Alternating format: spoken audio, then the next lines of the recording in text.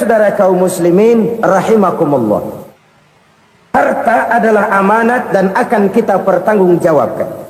Allah melebihkan rizki sebagian kita dari yang lain agar kita saling tolong menolong, bantu membantu. Nabi janjikan, siapa yang meringankan beban saudaranya muslim di dunia, Allah akan meringankan bebannya di akhirat nanti. Sebuah jaminan dari baginda Nabi. Si orang yang kita bantu barangkali tidak bisa membalas, Allah yang akan membalas lewat jalan lain yang tidak pernah kita sangka-sangka. Selalu berusaha menyimpan sesuatu yang bisa membawa manfaat, baik untuk dirinya, untuk anak cucunya, maupun untuk keluarganya, untuk masa kini dan masa depannya. Kadang simpanan itu berbentuk uang, kadang berupa tanah, lain saat berbentuk pabrik, dan lain sebagainya. Sementara masa depan yang paling pasti adalah akhirat. Jika untuk masa depan dunia kita rela memeras keringat, membanting tulang, pergi pagi dan pulang petang, menyimpan uang, menyimpan tanah, menyimpan pabrik, pernahkah kita merenung jika satu saat kiamat datang, kita dibangkitkan dari kubur masing-masing, berdiri di padang mahsyar untuk mempertanggungjawabkan seluruh kegiatan hidup kita di dunia ini, lalu kita akan menuju ke alam akhirat. Sudahkah kita mempunyai simpanan untuk akhirat kita? Pada pertemuan kali ini saya ingin menyampaikan sebuah hadis di mana Rasulullah sallallahu alaihi wasallam bersabda, arba'un min kanzil jannah. Simpanan sorga ada 4 macam. Yang pertama, ikhfa'us sadaqah, menyembunyikan sedekah. Saudara-saudara kaum muslimin, sebagaimana yang kita maklum bahwa Allah subhanahu wa ta'ala melebihkan sebagian rezeki dari kita terhadap yang lain. Ada yang kaya, ada yang setengah kaya, ada yang miskin, ada yang setengah miskin, dan selanjutnya. Ada yang gajinya kecil tapi penghasilannya gede. Ada yang penghasilannya gede tapi nggak punya gaji. Ada juga yang memang gajinya gede dan penghasilannya gede. Kelebihan rezeki merupakan sunnatullah dan tidak harus membuat kita merasa lebih dari yang lain. Bahkan sebaliknya, kelebihan itu harus membuat kita ringan tangan untuk menolong mereka yang memang memerlukan pertolongan. Kalau saudara diberikan ilmu, maka pertanyaan akhirat cuma satu, ilmumu kau amalkan untuk apa? Kalau saudara diberikan umur yang panjang, pengadilan akhirat juga bertanya satu, umurmu kau habiskan di mana? Tapi kalau saudara diberikan harta, pengadilan akhirat akan bertanya 2, hartamu kau dapat dari mana, kau belanjakan kemana? Dari mananya ditanya dan kemananya juga ditanya. Oleh karena kita akan dimintakan pertanggungan jawab, maka amanah yang bernama harta ini harus kita gunakan dengan sebaik-baiknya. Ada penggunaan yang merupakan kewajiban, itu zakat namanya. Ada penggunaan yang sewaktu-waktu, itu infak namanya.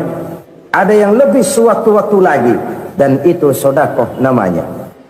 Zakat dia terikat oleh haul dan nisab, oleh putaran batas waktu dan ukuran dari harta itu sendiri. Sedangkan infak terikat oleh situasi dan kondisi perekonomian seseorang. Sedangkan sedekah tidak terikat dengan apapun. Dalam kondisi seperti apapun kita bisa melakukan sedekah dengan yang terkecil sekalipun. Sampai-sampai Rasulullah sallallahu alaihi wasallam mengajarkan, la tahqiranna minal ma'rufi syai'an walau an talqa akhaka biwajhin talik. Atau ada hadis, tabassumuka fi wajhi akhika laka shadaqah.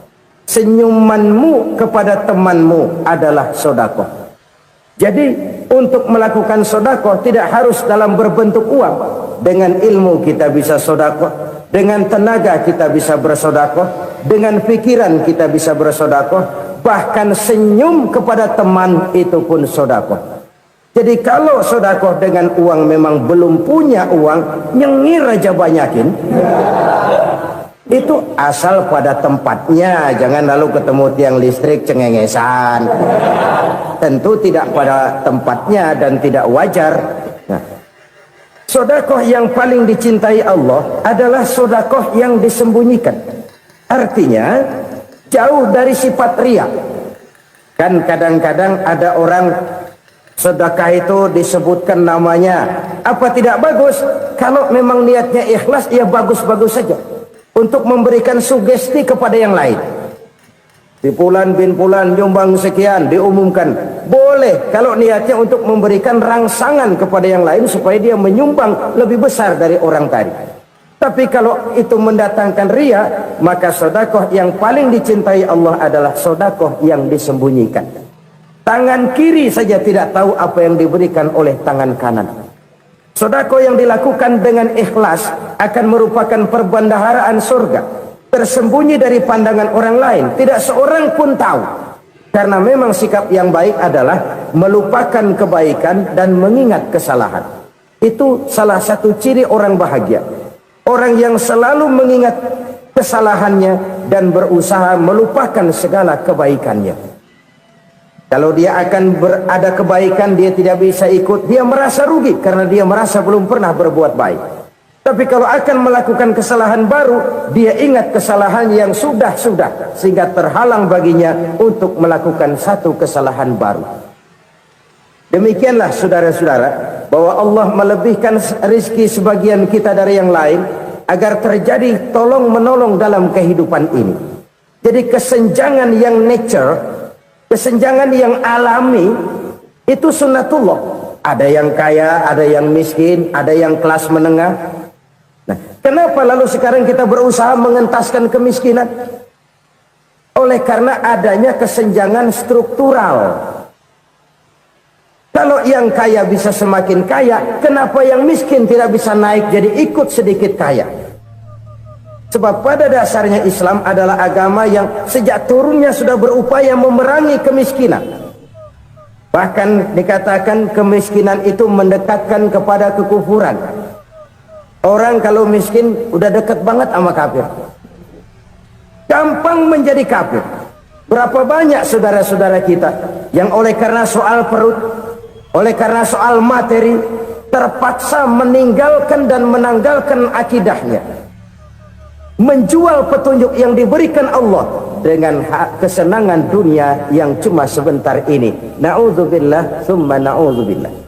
Jadi makin kita sembunyikan satu sedekah, semakin banyak perbendaharaan kita di surga.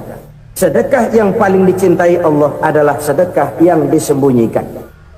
Malahan ada seorang sufi, dia punya kebiasaan kalau pergi sholat Jumat dia bawa uang, itu uang dia taruh di bawah tikar masjid. Dia niat sedekah kepada siapa saja yang nemuin itu duit. Maksudnya apa? Supaya yang nemuin nggak tahu siapa yang punya duit. Demikian dia saking ingin menyembunyikan sedekahnya. Karena sifat riya itu bisa memakan amal kita sendiri. Riya itu termasuk menyebut-nyebut kebaikan kita. Orang yang suka nepuk dada, sedikit-sedikit ngitungnya kalau nggak gua. Tuh kalau nggak gua tuh yang belah situ, kalau nggak gua, iya kalau nggak lu kenapa emang? Orang yang suka menepuk jasad, tuh biasanya memang begitu saudara-saudara. Kalau perang lagi berkecamuk, orang nggak sempat ngaku jadi pahlawan. Tapi begitu perang selesai, yang kagak kenal bedil ngaku pahlawan, mas. Itu sesuatu yang biasa. Oleh karenanya, orang-orang yang ikhlas dalam bersedekah, disembunyikannya sedekah itu Allah cinta betul. Malahan ada hadis memberikan jaminan, inna sadaqatal mar'il muslimi tazidu fil umri wa tadfa'u mitatas su'i.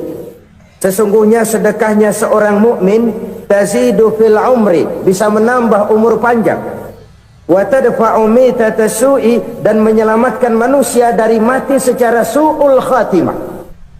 Jadi siapa yang kepengen panjang umur, banyaklah sedekah. Yang bosan hidup, pelit terus. Sedekah menambah panjang umur dan menyelamatkan manusia dari mati secara su'ul khatimah. Pak, katanya umur itu nggak bisa ditambah, nggak bisa dikurangin. Kapan? Kalau ajal sudah datang. Fa idza jaa ajaluhum la yastakhiruna sa'atan wa la yastaqdimun. Kalau ajal datang tidak bisa dimajukan, tidak bisa dimundurkan. Itu kalau ajal sudah datang. Tidak bisa lagi umur ditambah dikurangi, sudah datang. Tapi kalau belum datang, itu kan haknya Allah. Mau ditambah, mau dikurangi, hak prerogatif Allah. Sebagai pencipta manusia, Allah maha kuasa dan maha mampu. Sedekah ini menambah panjang umur dan menyelamatkan manusia dari mati secara su'ul khatimah. Itu orang mati kan sama ya, kondisinya mati, nggak nafas. Tapi hakikat mati kan lain-lain. Ada yang mati itu husnul khatimah, baik akhirnya. Misalnya lagi ngaji mati, lagi sholat mati, lagi sedekah mati. Ini yang dinamakan dengan husnul khatimah, baik di akhirnya. Sebaliknya ada yang su'ul khatimah, jelek di akhirnya. Ini yang jadi catatan akhir. Lagi nyekek botol, mampus. Lagi banting kartu, modar. Su'ul khatimah, jelek pada akhirnya. Sedekah menyelamatkan manusia dari mati secara su'ul khatimah. Dan kita semua kepengen mendapat husnul khatimah, jauh dari su'ul khatimah. Oleh sebab itu yang bisa menyelamatkan kita dari penyakit itu antara lain adalah sedekah yang disembunyikan, yang dikerjakan dengan ikhlas karena Allah, tidak karena kepengen dipuji orang, tidak karena ingin dikatakan orang pemurah. Sebab orang dermawan itu orang yang memberi tanpa harus diminta. Kalau masih harus diminta, ya belum dermawan namanya, masih harus diminta. Kalau nggak diminta ya tulus, lolos, polos. Saudara-saudara kaum muslimin rahimakumullah, harta adalah amanat dan akan kita pertanggungjawabkan.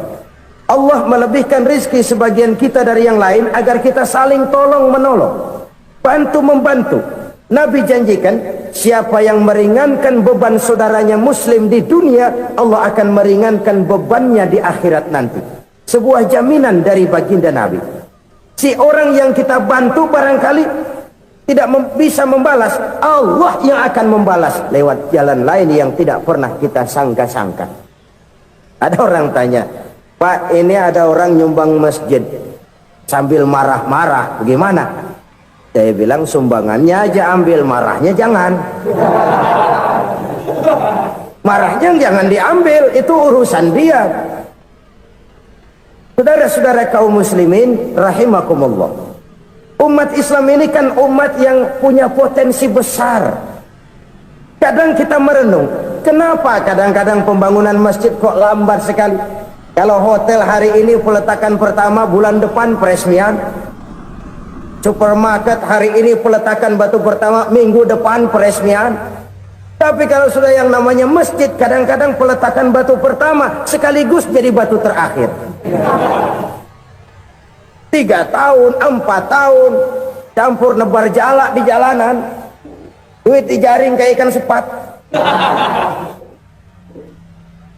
Apa tidak ada orang Islam yang kaya? Banyak. Apa tidak ada pengusaha muslim yang jadi konglomerat? Ada. Lalu yang belum banyak itu yang komit terhadap nilai-nilai agamanya.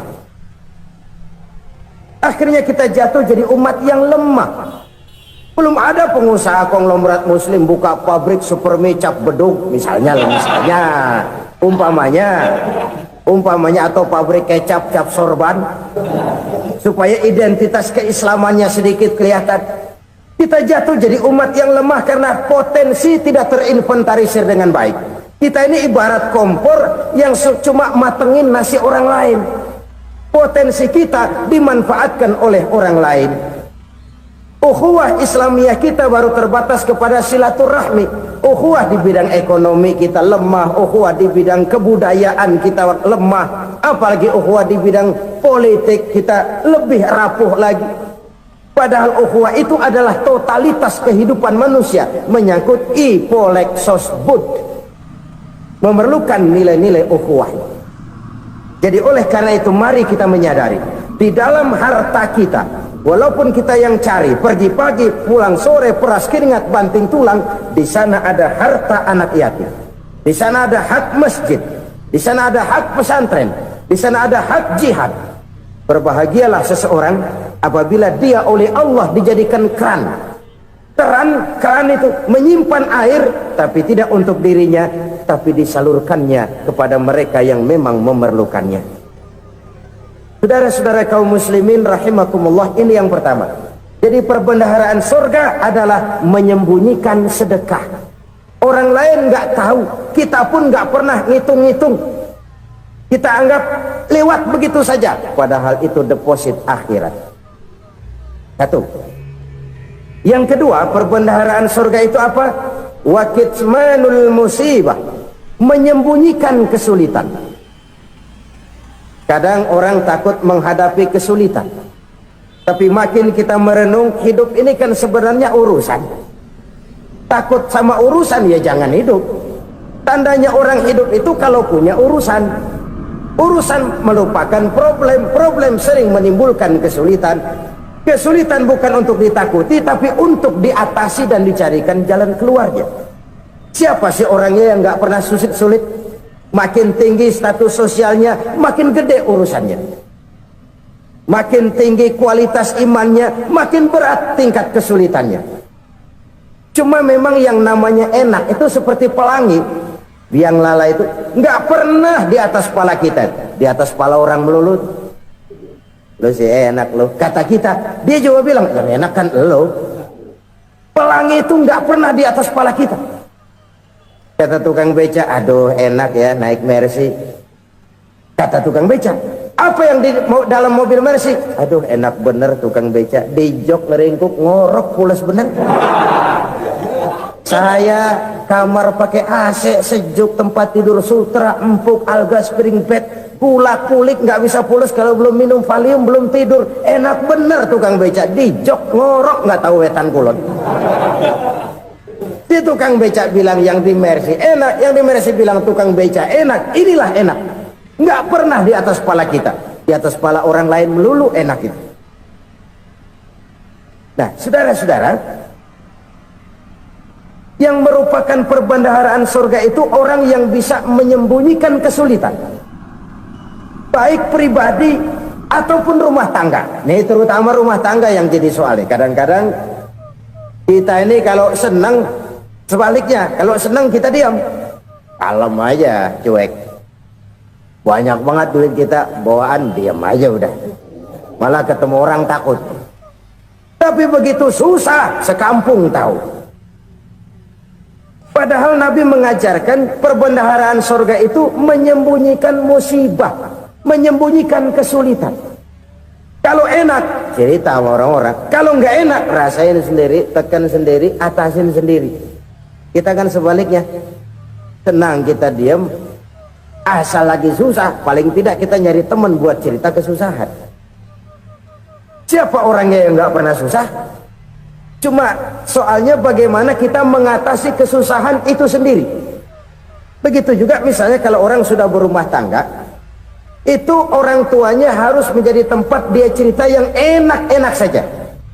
Yang nggak enak rasain berdua, selesaikan berdua, atasin berdua. Jangan dibalik. Asal senang diam, giliran susah aja, maknya laporan. Terbalik. Bisa menjaga security informasi. Maka nama bayam keluar diem, malah seluitan. Enak amat lo makan daging ayam. Security informasi. Saudara-saudara kaum muslimin rahimakumullah, ujian yang terberat itu yang pernah diberikan kepada para nabi para rasul, para aulia, para ulama, makin tinggi keimanan, makin berat bentuk kesulitan. Ayo saya kemukakan satu contoh saja. Ada seorang nabi yang kaya, nabi kaya, namanya Nabi Ayub.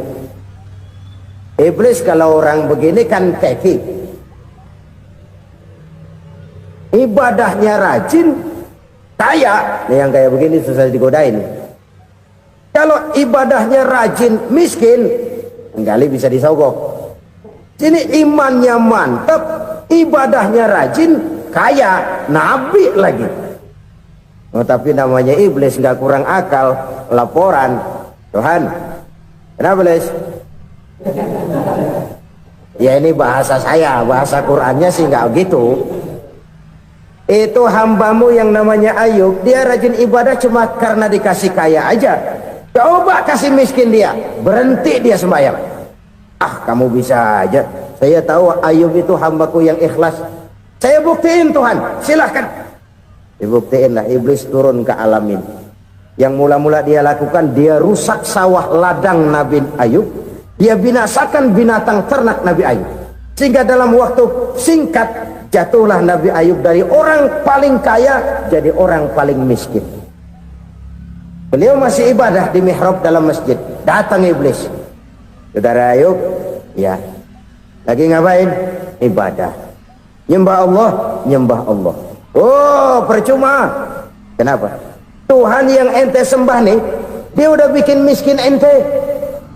Sawah ladang ente hancur lebur, binatang ternak binasa. Sekarang ente jadi orang paling miskin. Ngapain nyembah Tuhan kayak begitu? Tekor.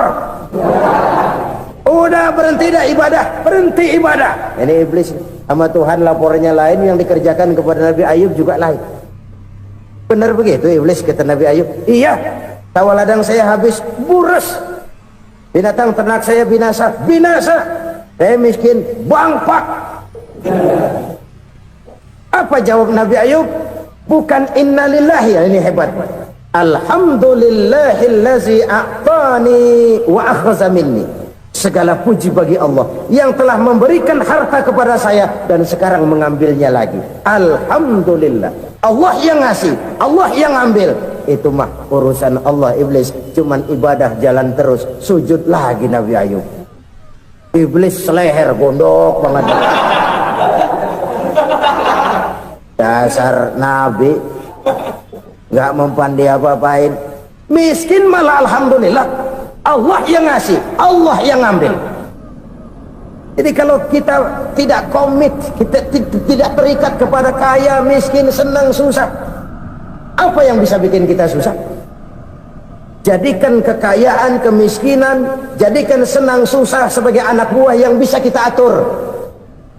Jangan kekayaan ngatur kita, jangan kemiskinan ngatur kita. Kita yang harus mengatur mereka.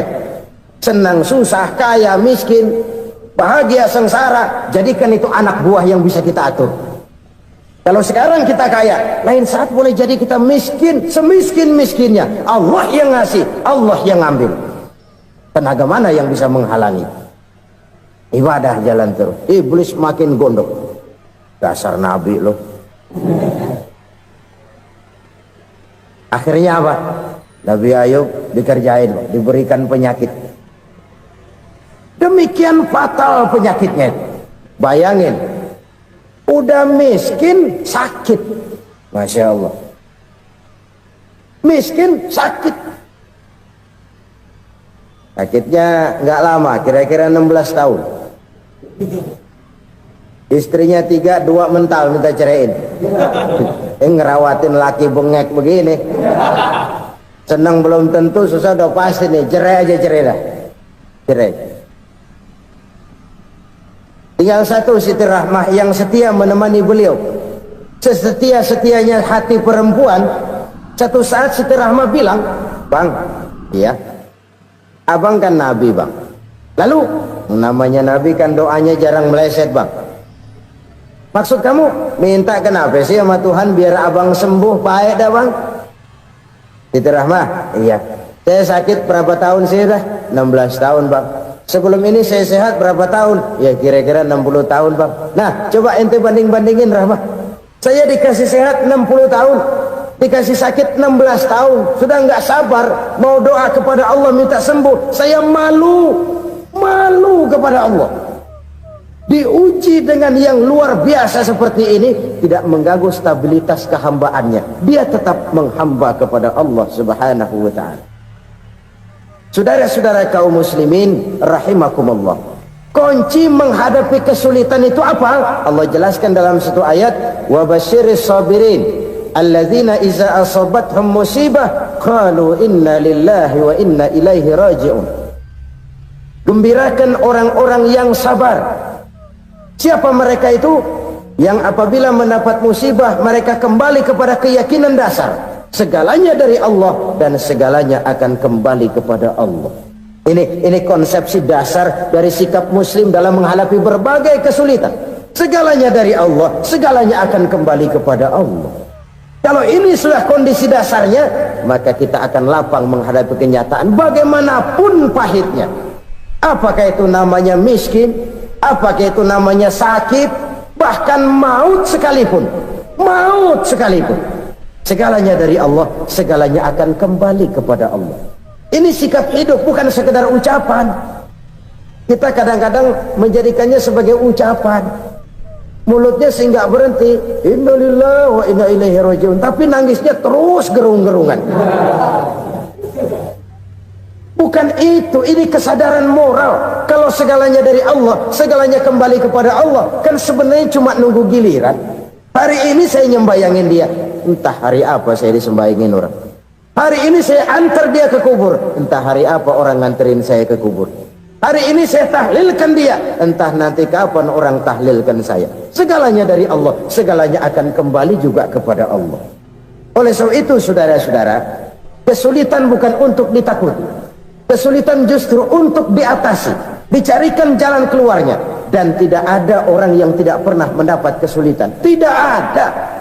Semakin tinggi status sosial, semakin tinggi kualitas keimanan, semakin besar juga tingkat kesulitan. Hanya saja bagaimana cara kita mengatasinya. Dan Al-Quran menyatakan inna ma'al usri yusra. Di balik kesulitan itu pasti ada kemudahan. Roda itu berputar. Karena itu Rasulullah sallallahu alaihi wasallam mengingatkan kepada kita, ta'arraf ila Allah fir raha ya'rifka fis syiddah. Ingatlah kepada Allah di waktu kamu senang, supaya Allah ingat kepada kamu di waktu kamu susah. Kalau waktu senang kita ingat kepada Allah, kita susah, Allah tidak akan meninggalkan kita. Tapi kalau waktu senang kita jauh dari Allah, sujud tidak sempat, dengan masjid jauh, ketika senang kita lupakan Allah. Nanti begitu kita susah, Allah lupakan kita, dan itu menyakitkan. Oleh karena itu orang-orang tua kita dulu bilang, kalau lagi sehat ingat-ingat lu bakal sakit nanti. Kalau lagi kaya ingat-ingat satu saat kita bakal jatuh miskin. Bahkan kalau lagi muda ingat-ingat kita bakal tua. Dan yang terpenting, kalau lagi hidup ingat-ingat kita bakal mati. Saudara-saudara kaum muslimin rahimakumullah. Jadi yang kedua yang merupakan perbendaharaan surga, menyembunyikan musibah. Saudara-saudara kaum muslimin rahimakumullah. Hal ketiga yang merupakan perbendaharaan surga adalah wasilatur rahmi. Orang yang suka bersilaturahmi. Sebagaimana yang kita maklum bahwa manusia adalah makhluk yang disebut zon politika. Makhluk sosial yang tidak mungkin hidup sendiri-sendiri. Betapa dan siapapun kita memerlukan orang lain.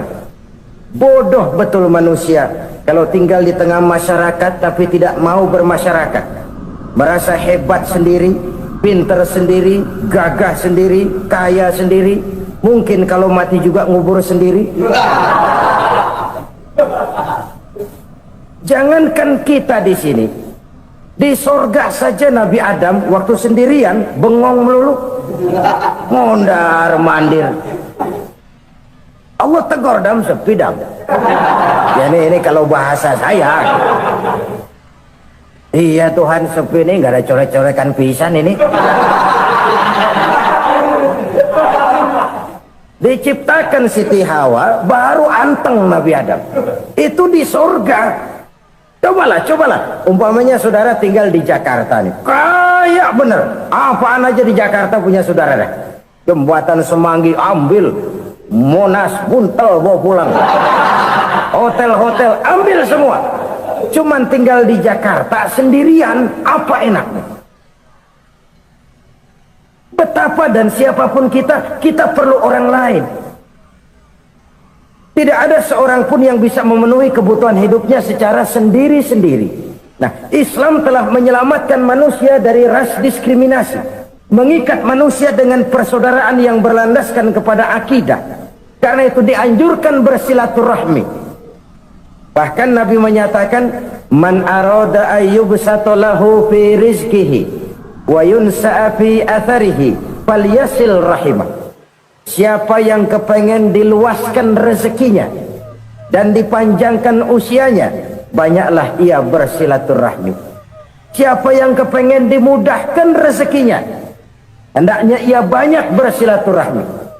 Kalau banyak teman, kesulitan kan paling tidak ada tempat cerita. Udah susah, sendirian kita pikirin diri, nggak ada tempat tukar pikiran. Cepet banget sama bengek. Dilawan sendiri. Nah, secara makro kita bisa berkata, tidak mungkin ada kemenangan kalau tidak ada kekuatan. Tidak ada kekuatan kalau tidak ada kesatuan dan persatuan. Tidak mungkin ada kesatuan dan persatuan tanpa semangat silaturahmi. Kalau umat Islam mau menang, dia harus kuat. Kalau umat Islam mau kuat, dia harus bersatu. Kalau umat Islam mau bersatu, dia harus membudayakan silaturahmi ini. Bahkan sampai-sampai kata Nabi, kalau bisa cari nilai tambah. Apa? Silman qata'at. Bersilaturahmilah kau kepada orang yang marah denganmu. Masya Allah, indahnya ajaran agama kita.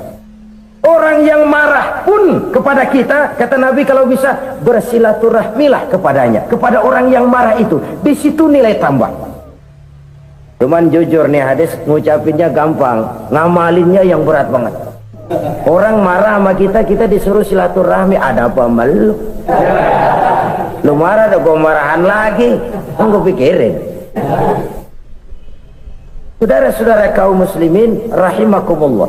Tapi ini yang diajarkan, bahkan ini yang dicontohkan oleh baginda Rasul. Bagaimana begitu mudah, misalnya satu saat Abu Jahal ini ngatur strategi bagaimana bikin Muhammad celaka. Dia gali lubang di depan tempat tidurnya. Dia tutupin daun korma. Terus dia panggil seseorang, ke sini. Kasih tahu Muhammad, pamannya sakit keras, minta ditengokin. Berangkat orang ini ke sana. Muhammad, labbaik.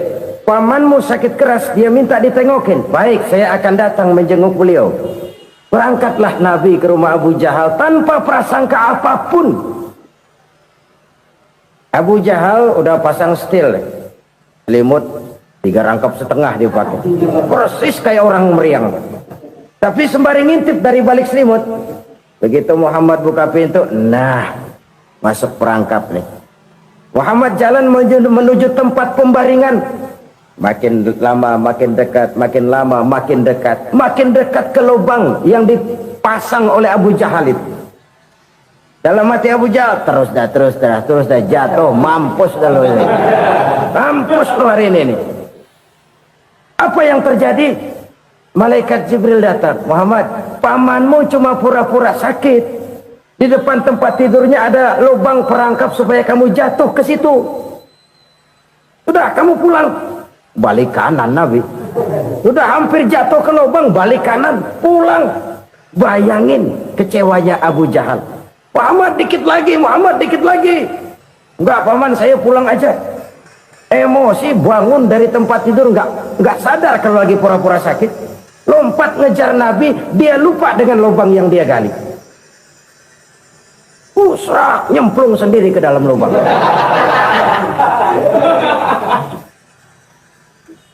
Nabi terus berlalu. Ini terjadi keanehan. Jatuh ke lubang yang dia gali itu sebenarnya nggak terlalu dalam ya, antara 3-4 meteran lah. Tolong saya jatuh ke lubang ini. Datanglah pelayan-pelayannya itu. Angkat saya dari sini. Oh, yang ngulurin tambang. Satu gulung belum juga nyampe itu tambah. Kurang beli lagi ke warung. Sambung ulur lagi enggak juga bisa sampai. Wah ini kerjaan Muhammad ini. Tolong siapa salah seorang kamu ke rumah Muhammad, kasih tahu encangnya kecebur. Minta ditolongin. Sampaikan kepada Rasul. Kenapa? Pamanmu jatuh ke lubang, Muhammad minta tolong diangkatin. Tambang udah nyambung-nyambung nggak nyampe juga. Ya nanti saya datang saya tolong. Coba ini. Nyata-nyata orang berniat jahat mau mencelakakan dia. Datang dia menolong. Ini yang disebut air tuba dibalas air susu ya ini. Bukan sebaliknya. Air tuba dibalas air susu. Paman, kecebur ya? Iya Muhammad, tolong ini. Pegang tangan saya. Nabi ulurkan tangannya. Nyampe. Dipegang oleh Abu Jahal. Diangkat ke atas. Sampai atas, apa kata Abu Jahal? Sihirmu memang hebat Muhammad. Udah ditolongin dikata sihir. Yang enak kita kemplang kan itu orang begitu. Urusan apa? Tapi inilah akhlak. Kalau bisa kamu bersilaturahmilah dengan orang yang marah kepadamu sekalipun. Orang marah kita tetap baik. So, kalau kita berbuat baik sama orang yang memang baik, rasanya sih biasa-biasa aja. Orang baik kita baik lagi, ya draw aja, belum ada nilai tambah di situ. Baru ada nilai tambah kalau kita bisa berbuat baik kepada orang yang nyakitin kita. Itu namanya kita setingkat di atas dia. Dia sakitin kita, kita berbuat baik sama dia. Dia pelit sama kita baik sama dia. Dia marahin kita deketin dia. Di situ kita punya nilai tambah. Jadi siapa yang ingin diluaskan rezekinya kata Nabi dan dipanjangkan umurnya, hendaklah ia banyak-banyak bersilaturahmi. Sederhana sebenarnya silaturahmi, tapi silaturahmi membangkitkan semangat kesatuan dan persatuan.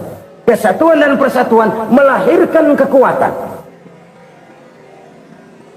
Dalam matematika 1 ditambah 1 pasti 2. Tapi di tengah masyarakat, 1 orang takut ditambah 1 orang takut, hasilnya jadi 2 orang setengah berani. Kenapa setengah berani? Karena udah berdua. Tadi pan takut sendirian.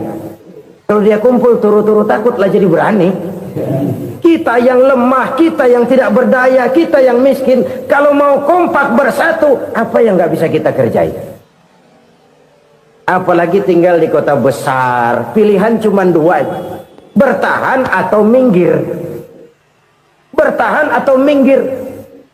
Untuk bisa bertahan harus mampu bersaing. Untuk mampu bersaing harus punya keahlian. Keahlian harus ditunjang dengan pendidikan, ditambah oleh kekompakan sebagai umat. Udah miskin mencar mulu, orang injek gitu. Orang nggak pandang urusan apa yang malu. Oleh karena itu silaturahmi pada hakikatnya merupakan roh dari ukhuwah yang diajarkan oleh agama kita. Bagaimana Islam menyelamatkan masyarakat manusia dari ras diskriminasi, mengikat manusia, dan tidak ada persaudaraan yang lebih indah selain persaudaraan yang diikat dengan nilai-nilai akidah. Sepanjang orang di jalan Allah, itulah saudara kita. Keluar dia dari jalan Allah, selesailah persaudaraan sampai di situ. Karena itu kalau ingin menyimpan sesuatu di surga, banyaklah bersilaturahmi, datang ke rumah ini, datang ke rumah itu, dan lain sebagainya. Itu simpanan kita di akhirat nanti. Ini yang ketiga. Saudara-saudara, yang keempat, perbendaharaan surga itu apa? Wa qawlu la hawla wa la quwwata illa billah. Ucapan la hawla wa la quwwata illa billah. Ibadah kan ada yang berat, modalnya besar. Bangun masjid berat, modalnya besar. Bangun rumah sakit berat, modalnya besar. Ada ibadah yang berat tapi modalnya ringan. Misalnya puasa. Puasa itu berat, mengendalikan nafsu. Kalau sekedar nggak makan nggak minum sih enteng, mengendalikan nafsu. Itu jihad terbesar, tapi kan modalnya ringan, cuma niat saja. Ini ibadah berat, modalnya ringan.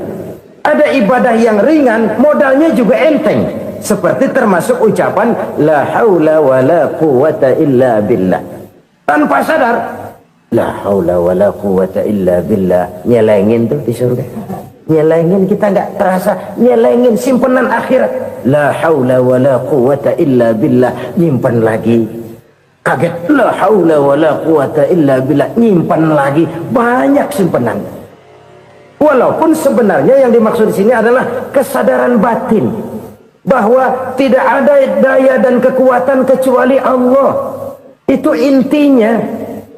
Kita memulai pekerjaan disunahkan baca bismillah, kan begitu? Apa itu? Kesadaran moral bahwa ini saya bisa kerjakan. Saya kerjakan ini dengan menyebut nama Allah. Kenapa? Kalau Allah tidak memberikan daya dan kekuatan, mana mampu saya kerjakan ini. Maka saya kerjakan ini dengan menyebut nama Allah. Bismillah. Kesadaran moral. Manusia hanya wajib berusaha, tapi nggak pernah wajib berhasil. Banyak hal-hal yang kalau kita renungkan secara rasio nggak mungkin, tapi jadi kenyataan. La haula wala quwata illa billah. Tidak ada daya dan kekuatan kecuali bagi Allah semata-mata. Kesadaran moral akan kelemahan dan keterbatasan makhluk bernama manusia. Kadang kita kagum dengan otak, tapi kita sering lupa sama yang bikin otak. Padahal bagaimanapun hebatnya otak, yang bikin otak pasti lebih hebat dari otak. Nggak percaya, silahkan otak-otakan. Inilah kecenderungan. Kita kagum dengan pesawat-pesawat mutakhir, bukan main, besi gede banget terbang itu. Alangkah hebatnya. Lalu apa yang bikin otak tidak lebih hebat dari itu semua? Kita puji laut, apa yang bikin laut tidak lebih hebat dari laut itu? La haula wala quwata illa billah. Tidak ada daya dan kekuatan kecuali Allah. Apa yang bisa kita lakukan kalau tidak karena daya dan kemampuan yang diberikan oleh Allah kepada kita? Lahirlah sikap tawadu, rendah hati, tidak melonjak menjadi angkuh dan sombong, sadar akan kelemahan dan keterbatasan diri. Sebagai makhluk yang diciptakan oleh Allah Subhanahu wa ta'ala. Jadi satu sisi ini ucapan yang berpahala, la haula, jadi wiridan. Pada sisi lain ini kesadaran moral, sikap mental, kesadaran batin bahwa yang punya daya dan kekuatan itu cuma Allah. Kita nggak pantas untuk sombong, sebab sombong itu pakaiannya Allah. Kita nggak sedang pakai pakaian Allah, kegedean. Dan makin kita renungi, makin terbentur. Apa sih yang bisa kita sombongin? Kita mau sombong apa? Kaya? Pintar? Itu kan semua relatif. Di atas langit masih ada langit lagi. Jadi oleh karenanya, marilah kita menyadari. Manusia hanya wajib berusaha, tapi tidak pernah wajib berhasil.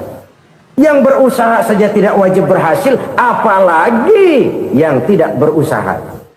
Islam bukan agama orang pemalas yang selesai sholat lalu enggelohom, enggelenggem ayem-ayem. Tapi Islam bukan agama orang sombong yang setelah berusaha lalu tidak memerlukan Allah. Kita bisa saja bikin proyeksi, tahun sekian kita bakal panen besar menurut perhitungan otak. Tapi ada kejadian lain. Apa? Tikus ngambek. Habis itu dimakanin tikus, panen gagal. Proyeksi rasional gagal oleh tikus-tikus yang ngambek itu. Bisa saja terjadi. Tahun depan kita panen besar, urung. Kenapa? Musim panas panjang. Dan sekarang ini koran-koran bikin berita musim mengalami penyelewengan. Bukan cuma manusia yang nyeleweng sekarang. Musim pakai nyeleweng. Mestinya kan musim hujan udah selesai, masih hujan-hujan juga. Musim. Nah sekarang kita boleh bikin proyeksi, kita bakal panen besar. Tahu-tahu musim panas panjang, sawah retak, air kering. Cari teknokrat yang paling botak, suruh pendekin tuh musim panas. La haula wala quwata illa billah. Inilah kesadaran moral. Saudara, saya teringat satu saat ada seorang konglomerat. Umurnya ya kira-kira 70-an.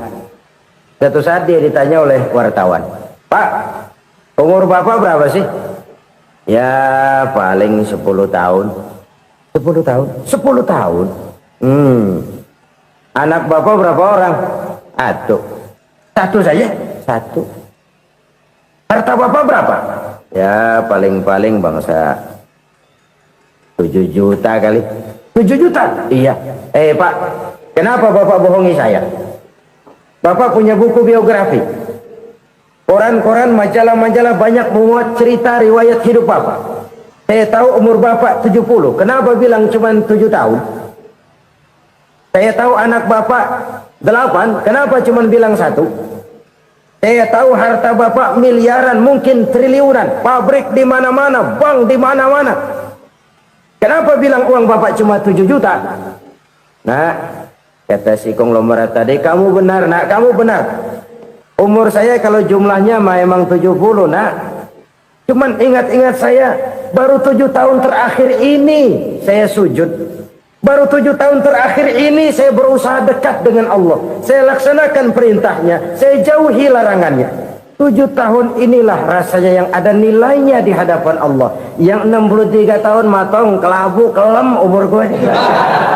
Habis untuk maksiat, untuk munkarat. Maka ketika ditanya tadi, umur saya 7 tahun itu. Oh begitu Pak. Oh iya. Lalu anak Pak. Anak bapak kan 8. Kenapa bilang cuma 1? Nah, kalau jumlah hitungannya memang anak saya 8. Tapi dari 8 orang ini rasanya cuma 1 nih. Yang bakal jadi buah hati, belahan jantung. Pelanjut cerita, penerus sejarah. Bakal jadi anak soleh yang akan mendoakan saya. Cuma 1 rasanya anak saya ini yang bakal jadi buah hati saya. Besar-besaran saya. Yang akan mendoakan di kubur saya. Yang akan mendoakan di akhirat saya. Yang 7 orang mana? Masya Allah, yang atu tenggeng, yang atu nyekek botol mulu, yang atu nggak karu-karuan. Makanya saya bilang 1 anak saya yang akan bisa mendoakan saya. Oh begitu Pak. Iya. Nah harta Pak, harta bapak kan triliunan. Pabrik bapak di mana-mana. Uang bapak hampir di tiap bank-bank besar. Kenapa bilang cuma 7 juta? Betul kau nak. Harta saya kalau jumlahnya memang miliaran, triliunan mungkin. Tapi yang saya ingat baru 7 juta tuh yang saya belanjakan di jalan Allah. Saya nyumbang masjid, saya santuni yatim piatu, saya bantu pembangunan pesantren, saya bantu pembangunan rumah sakit Islam. Itu yang akan saya bawa pulang ke akhirat, yang 7 juta itu. Yang triliunan itu nanti akan diperebutkan oleh anak-anak saya sebagai waris saya. Jadi harta saya 7 juta itu yang bakal nemenin saya di akhirat. Yang akan saya bawa pulang jadi teman saya. Saudara-saudara kaum muslimin, jangan-jangan orang tua itu adalah kita-kita ini. Jangan-jangan kita-kita ini adalah orang tua itu. Jangan-jangan itu potret dari diri kita masing-masing. Dari sekian umur yang diberikan Allah, berapa tahun yang ada nilainya di hadapan Allah? Dari sekian anak-anak yang merupakan amanah, berapa yang akan mendoakan kita sebagai orang tuanya menjadi anak soleh? Dari sekian banyak harta yang diberikan Allah, berapa yang akan kita bawa pulang menghadapnya nanti, yang kita belanjakan di jalan Allah? Ini sebuah potret kehidupan. Karena itu kita kembali kepada la haula wa la quwwata illa billah. Kita wajib berusaha, kita wajib berikhtiar. Selebihnya segala daya dan kekuatan hanya milik Allah saja semata-mata. Satu kesadaran batin dari setiap pribadi muslim. Setelah ia berusaha dan berikhtiar, ia menyerahkannya kepada Allah Subhanahu wa ta'ala. Jadi satu sisi ini merupakan wiridan ucapan yang mengandung pahala. Pada sisi lain ini merupakan sikap batin dari seorang muslim di dalam ia menghadapi realitas kehidupan ini. Saudara-saudara kaum muslimin rahimakumullah. Kalau ini kita jadikan satu basis kehidupan, maka ini akan menyelamatkan manusia dari kemungkinan tergelincir menjadi orang yang lupa diri dan lupa darat. Sebab itu Imamul Ghazali berpesan, jadidis safinah fa innal bahra amiq wa khuziz zad fa inna safara ba'id wa khaffifil hamla fa innal hamla sadid. Perbarui selalu kapalmu karena lautan sangat dalam. Bawa bekal yang banyak karena perjalanan ini sangat jauh. Ringankan beban, karena kebanyakan beban akan menyakitkan. Alangkah indah kalimat ini, alangkah dalam makna yang terkandung di sana. Perbarui selalu kapalmu karena lautan sangat dalam. Apa artinya ini? Jaga mentalmu baik-baik. Pelihara imanmu baik-baik, karena hidup penuh cobaan seperti lautan. Kita kalau berlayar di lautan kan kadang-kadang tenang, angin bertiup sepoi-sepoi basah. Jika malam datang, bintang gemintang bertabur menghias cakrawala. Rembulan memantulkan sinarnya dengan indah. Dalam keadaan begitu berlayar enak. Tapi lain saat ombak menggunung, halilintar menyambar, angin topan bertiup. Berapa banyak sudah saudara-saudara kita yang tenggelam di lautan dunia tanpa sadar bahwa dia belum sampai kepada pantai yang akan dituju. Berapa banyak saudara-saudara kita yang tenggelam di lautan dunia ini tanpa sempat bangkit lagi. Dia menyangka sudah sampai kepada tujuannya. Hati-hati kapal jangan sampai bocor karena lautan sangat dalam. Iman ini jaga baik-baik karena hidup penuh dengan ujian. Wa khuzizat fa inna safara ba'id. Bawa bekal yang banyak karena perjalanan sangat jauh. Saudara mau ke Bandung, bawa duit. Saudara mau ke Surabaya, banyakan lagi duitnya. Saudara mau ke Mekah, gepokan, iketan tuh duit, nggak lembaran lagi. Makin jauh perjalanan, makin banyak bekal yang harus kita bawa.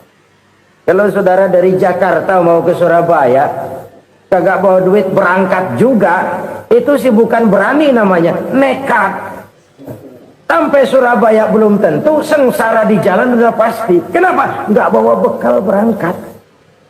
Sama juga kita nih, misalnya belum sempat sembahyang, mati. Waduh, berani banget orang. Belum punya bekal, mati. Sengsara di jalan. Atau bekal tidak cukup. Dari Jakarta saudara mau ke Surabaya, bawa duit 500 perak. Paling jauh Cikampek nyampenya itu. Paling jauh itu. Antara jauhnya perjalanan dengan bekal yang saudara bawa tidak seimbang. Hidup ini perjalanan panjang. A walking tour. Dimulai dari alam arwah. Sebelum jasad diciptakan, roh diciptakan lebih dulu. Dari situ pindah ke alam rahim. Dari alam rahim pindah ke alam dunia.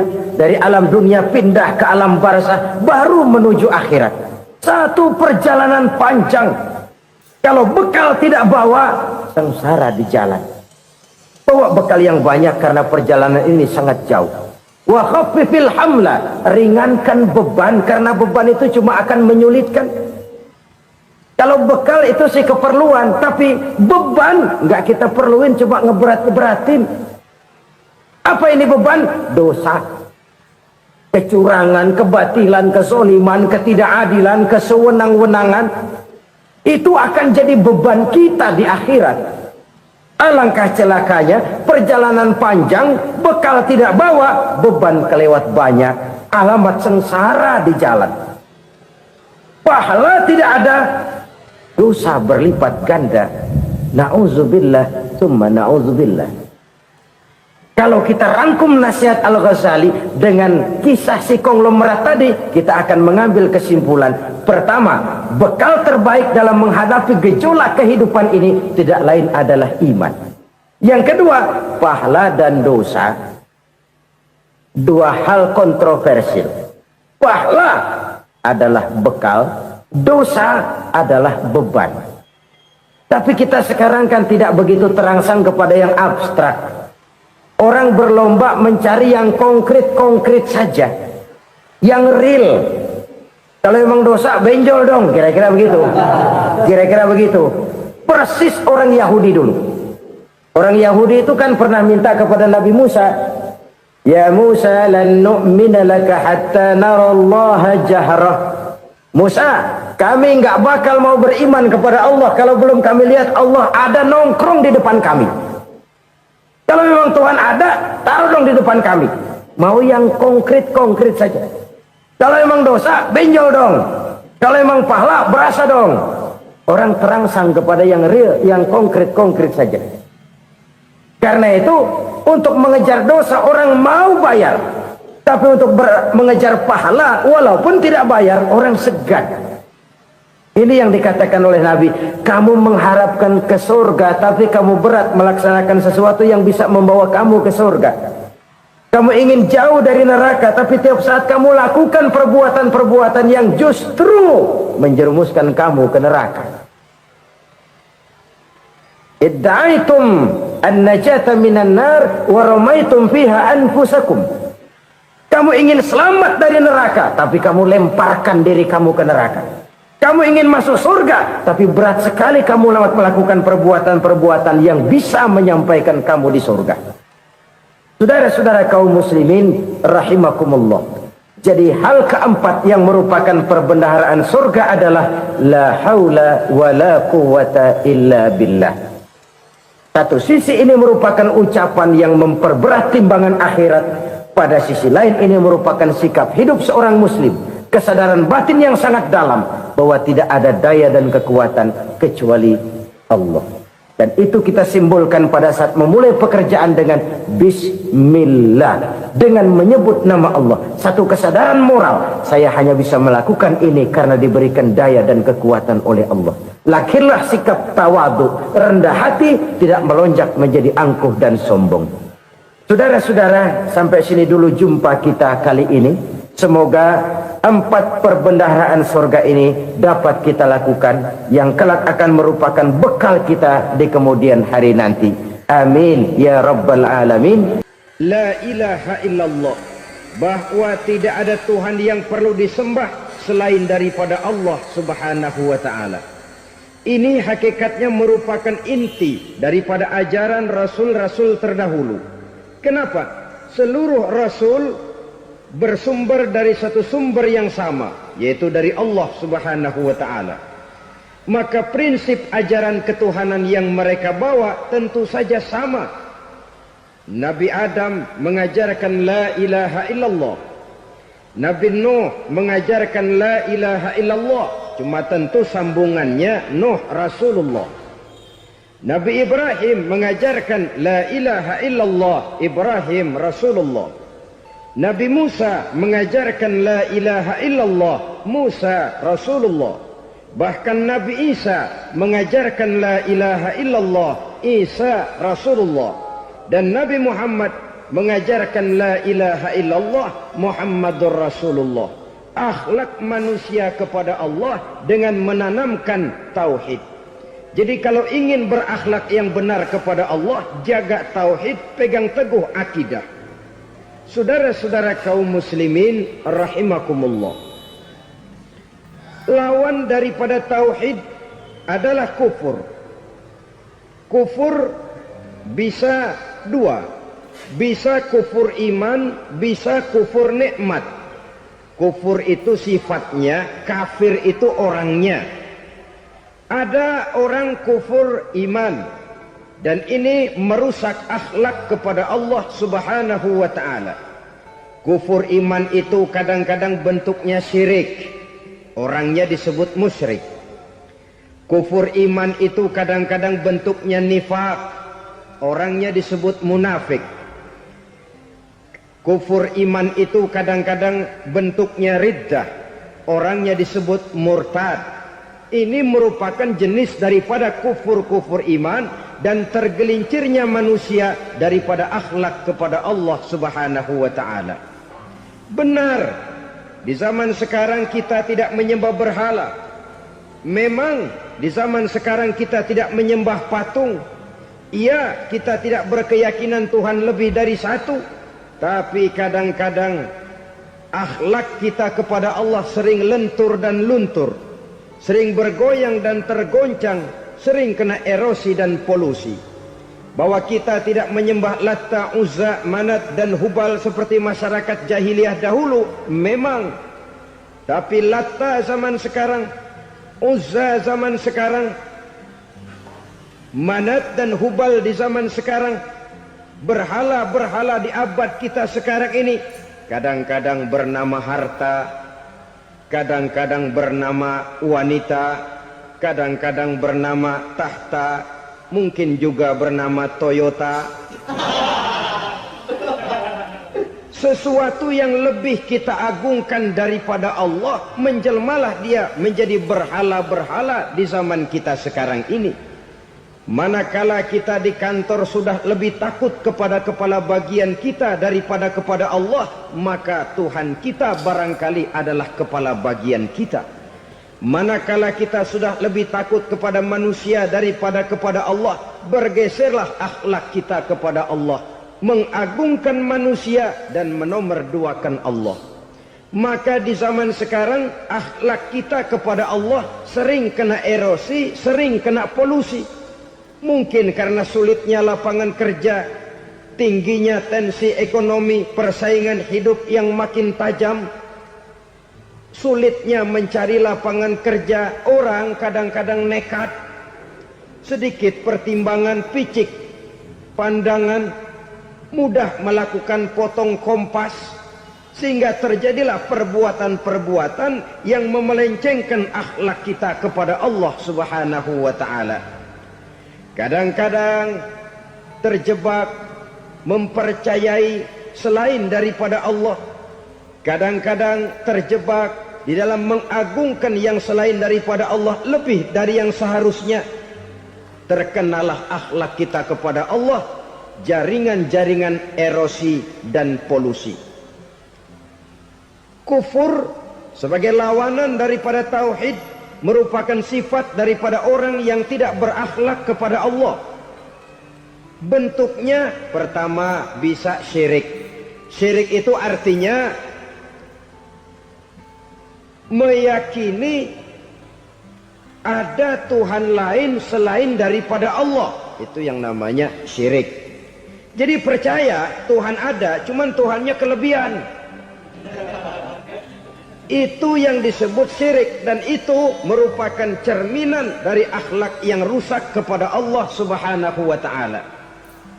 Berkeyakinan Tuhan lebih dari satu, berkeyakinan bahwa Tuhan itu beranak atau diperanakkan, atau mengagungkan sesuatu sama dengan Allah, atau menjadikan yang selain Allah sebagai tujuan akhir daripada perjalanan kehidupan ini, maka itu sudah terjebak kita dalam musyrik.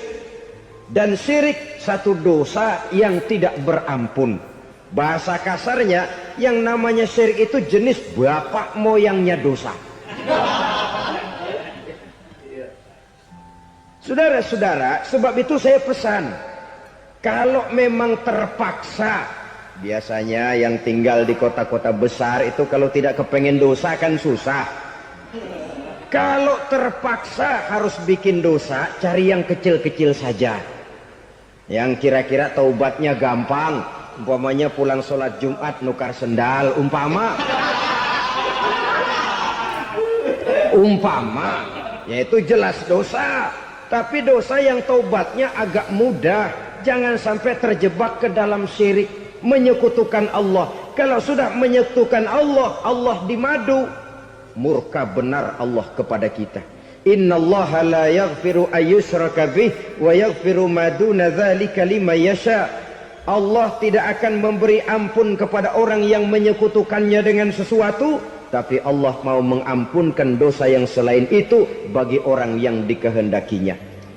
Jadi orang-orang yang sudah terjebak syirik, menyekutukan Allah, meyakini ada Tuhan lain selain daripada Allah, meyakini Tuhan beranak atau diperanakkan, bagaimanapun baiknya mereka di dunia, bagaimanapun sosial jiwanya, bagaimanapun pemurah tangannya memberikan santunan dan pertolongan kepada orang lain, kalau sudah syirik, seluruh nilai kebaikannya akan tidak ada gunanya lagi, karena tidak ada tempat nilai kebaikan itu bergantung.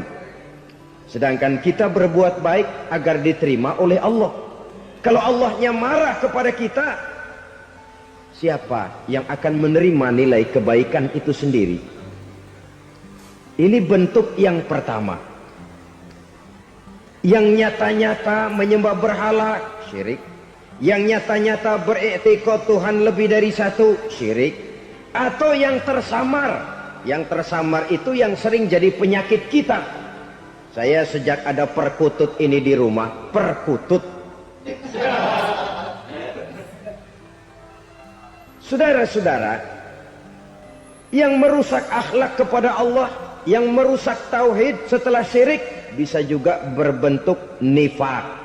Nifak itu sifatnya, orang yang punya sifat nifak disebut munafik. Asal katanya dari nafakun.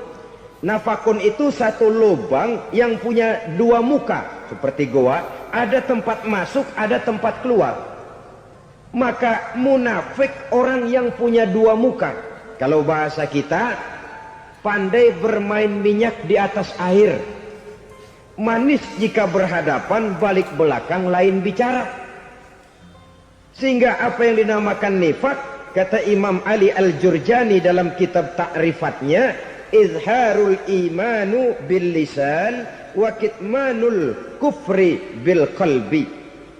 Menyatakan, menampakkan iman dengan lidahnya, tapi menyembunyikan kekafiran dalam hatinya. Dengan kata lain, lidahnya mah iman, hatinya mah kafir.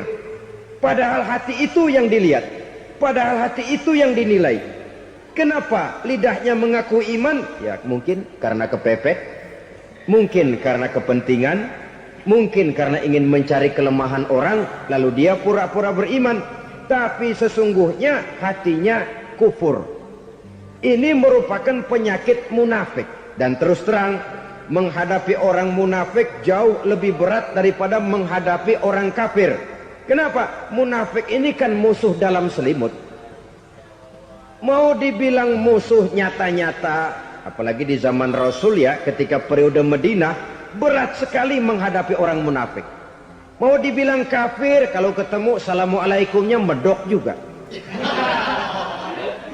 Mau dibilang mukmin, di belakang ngegerundel, nyari-nyari penyakit, nyari-nyari lantaran, mencari-cari gara-gara.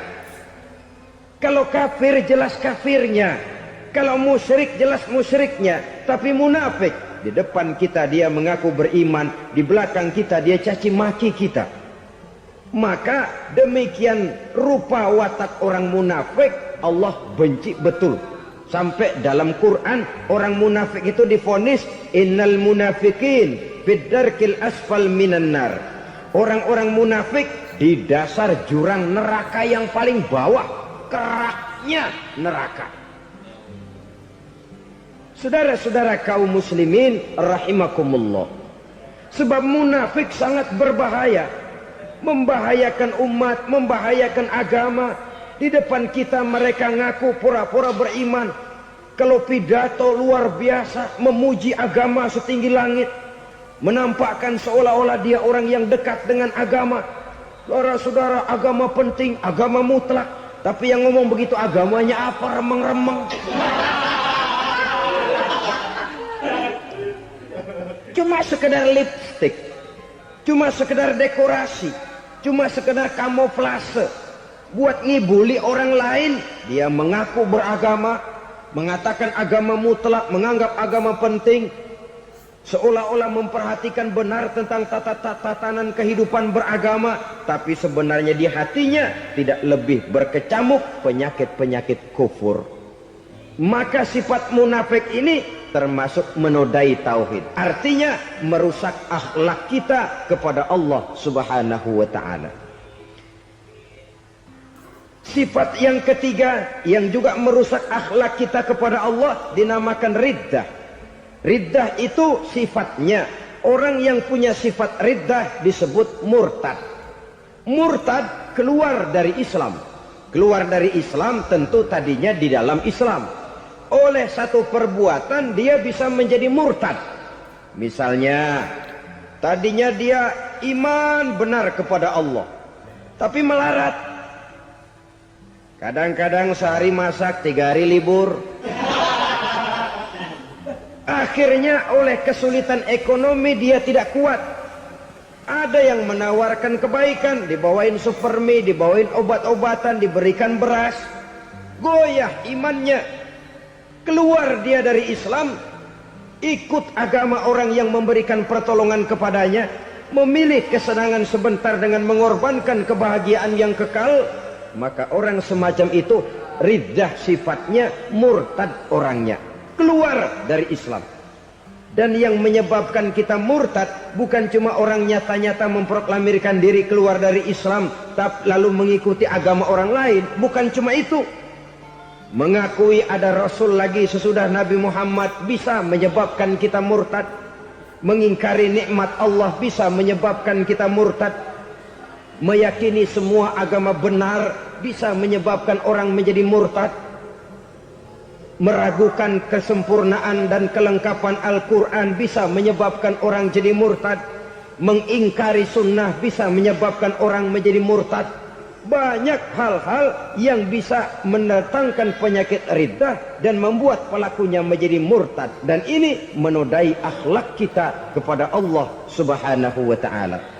Itu tadi kufur iman, saudara-saudara. Nyata-nyata mengingkari Allah, baik dalam bentuk syirik, nifak, ataupun riddah. Kufur yang kedua dinamakan kufur nikmat. Apa itu kufur nikmat?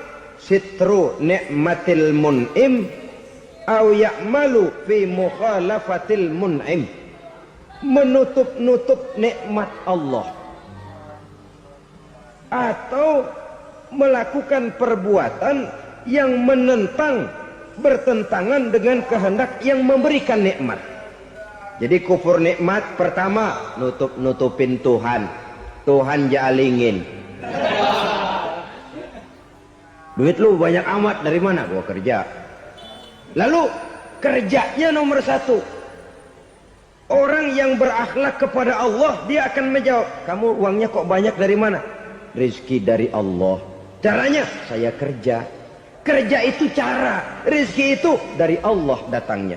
Bukankah di zaman sekarang kita sering terpeleset? Ini merupakan cerminan dari rapuhnya akhlak kita kepada Allah Subhanahu wa ta'ala. Karena usaha saya memang, karena saya peras keringat banting tulang, tentu. Tapi sadarkah kita bahwa sepanjang yang bisa kita lakukan cuma berusaha, peras keringat banting tulang?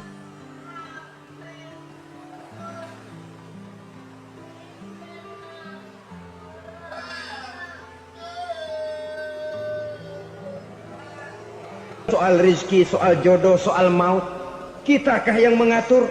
Kitakah yang menentukan? Subhanallah. Manusia sungguh tidak berdaya menghadapi tiga hal paling pokok ini. Rezeki, kita cuma bekerja.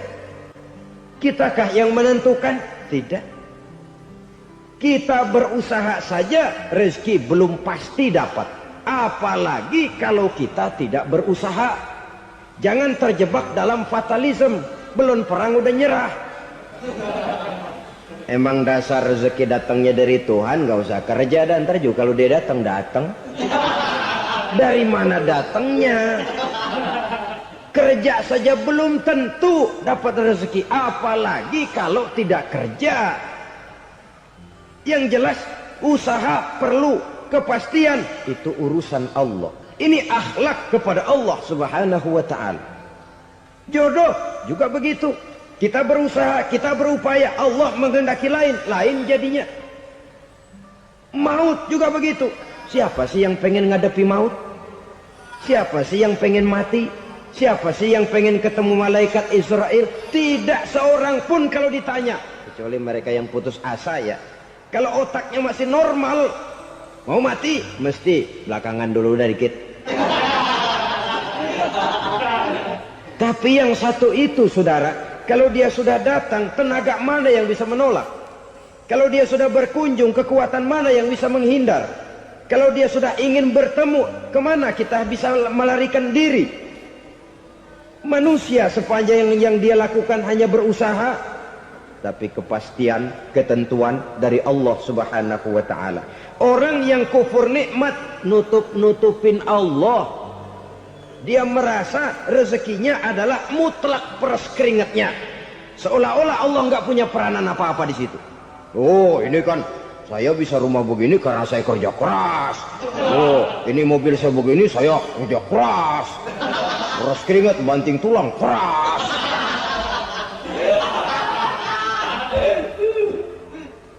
Saudara-saudara kaum muslimin rahimakumullah. Jadi menutup-nutupi Allah.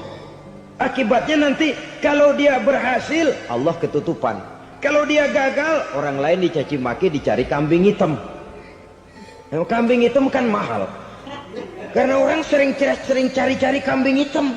Jarang orang mau jujur kalau bertemu kesulitan lalu mencari sebab pada dirinya sendiri. Yang paling enak ya nyalain orang. Lo begitu. Orang lain yang paling enak kita salahin. Au ya'malu fi mukhalafatil mun'im, atau dia melakukan sesuatu yang tidak sesuai dengan kehendak yang memberikannya nikmat. Diberikan kita tangan, mulut sih nggak berhenti, terima kasih Tuhan, alhamdulillah saya dikasih tangan. Cuma nih tangan enteng mat nabokin orang mulu. Itu sudah mukhalafatul mun'im, bertentangan dengan kehendak yang memberikan nikmat. Diberikan harta, mulutnya mah basah, terima kasih Tuhan, alhamdulillah dikasih harta, tapi pelitnya minta ampun, kikir koret medit. Ini juga termasuk kufur nikmat, mempergunakan suatu nikmat bertentangan dengan kehendak daripada yang memberikan nikmat itu sendiri. Saudara-saudara kaum muslimin rahimakumullah. Oleh karenanya kufur iman memang lebih bahaya daripada kufur nikmat. Tapi jangan lupa, kufur nikmat bisa menyeret orang kepada kufur iman. Nah kalau Allah udah dialingin, Tuhan sudah dinomor duain, lama-lama kenapa dia tidak mendewakan dirinya sendiri, mendewakan pangkatnya, mendewa-dewakan otaknya, mendewa-dewakan kemampuannya? Pada awalnya dia memang cuma kufur nikmat, tapi lambat laun kalau ini tidak diobati, secara pasti orang akan mengarah kepada kufur iman. Bisa berbentuk syirik, bisa berbentuk nifak, bisa berbentuk riddah. Saudara-saudara, oleh karena itu menjaga akhlak kepada Allah mutlak penting. Sebab apa? Kita tidak berakhlak kepada manusia saja, kita dikucilkan dari pergaulan. Kalau kita tidak berakhlak kepada Allah, dikucilkan oleh Allah. Hadis qudsi menyatakan, man lam yashkur ala na'mai wa lam yasbir ala balai falyakhruj min tahtis samai falyatlub rabban siwaya. Kata Allah, siapa orang yang tidak mau bersyukur terhadap nikmat yang aku berikan kepadanya dan tidak mau sabar terhadap ujian yang aku berikan kepadanya, falyakhruj min tahtis samai, persilahkan saja keluar dari kolong langitku. Waliyatlub rabban siwaya, tolong cari Tuhan lain selain daripada aku. Murka Allah, diusir, cuman gak kedengeran aja. Siapa yang tidak mau syukur terhadap nikmatku, siapa yang tidak mau sabar terhadap ujian yang aku berikan kepadanya, persilahkan keluar dari kolong langitku ini, cari Tuhan lain selain aku. Langit Tuhan yang punya, Tuhan kita lawan, diusir dari kolong langit, mau pindah ke kolong mana?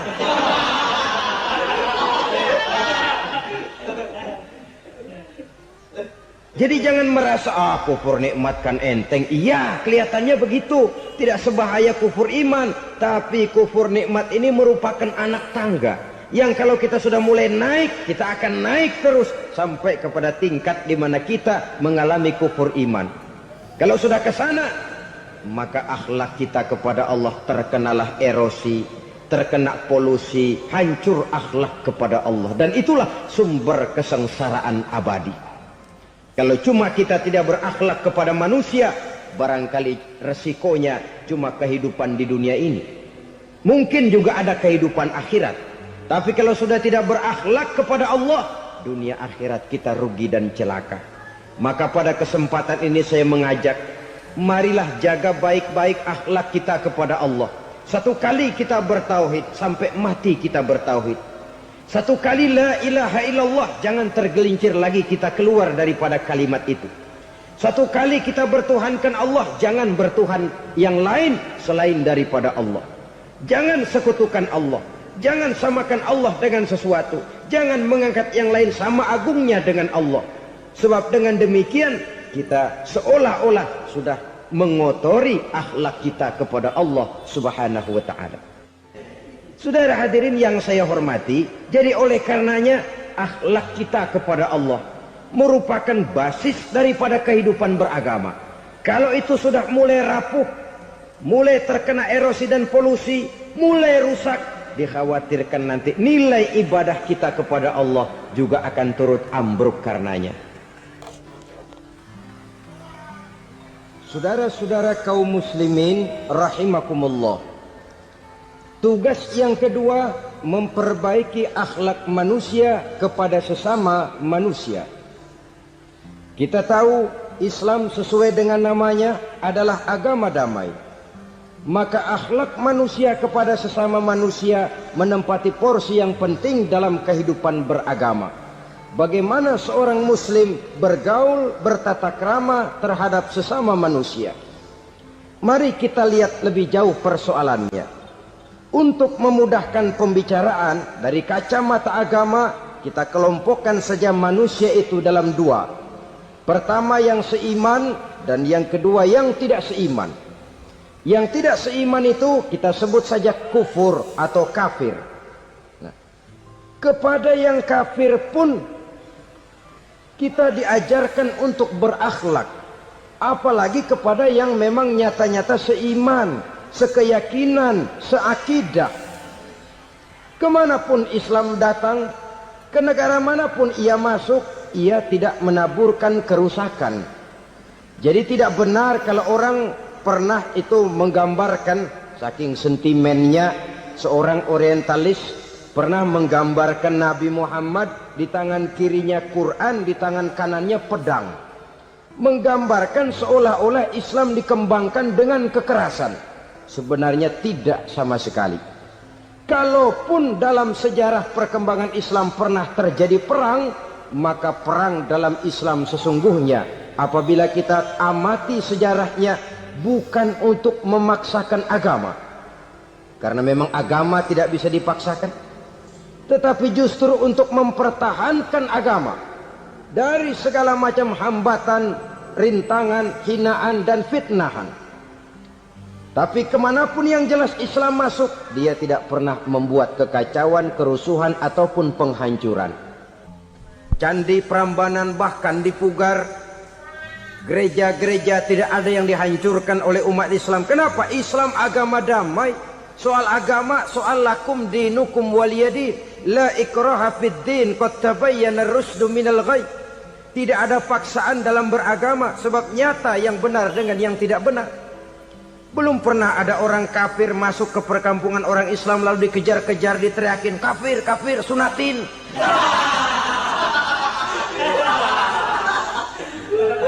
Belum pernah. Kenapa? Islam menghormati orang lain agama. Nah, yang kafir ini macam-macam saudara. Ada kafir harbi. Nah, ini kafir kerok. Ini kafir yang nyata-nyata memproklamirkan permusuhan kepada umat Islam. Nyata-nyata mengganggu ketenangan umat Islam. Kafir yang seperti ini yang boleh diperangi. Misalnya kita mau sembahyang Jumat dijagain, nggak boleh sembahyang Jumat, getok palanya. Kafir harbi artinya tantangan perang datang dari mereka, bukan kita yang mulai, mereka yang buka front. Prinsipnya umat Islam tidak boleh mencari-cari musuh, tapi pun tidak boleh lari kalau ketemu musuh. Musuh jangan dicari, ketemu jangan lari. Karena itu kesan seolah-olah umat Islam ini teroris, umat Islam ini destroyer, umat Islam ini sering menimbulkan keonaran, kerusakan. Sungguh satu fitnahan yang sangat keji. Umat Islam adalah umat yang cinta damai. Islam di masa perkembangannya masuki Eropa melalui Selat Gibraltar, Jabal Tariq, memasuki Spanyol. Islam tidak pernah meruntuhkan gereja. Islam tidak pernah membunuh orang-orang Nasrani. Bahkan Islam mewariskan peradaban dan kebudayaan yang begitu tinggi nilainya di bidang ilmu pengetahuan.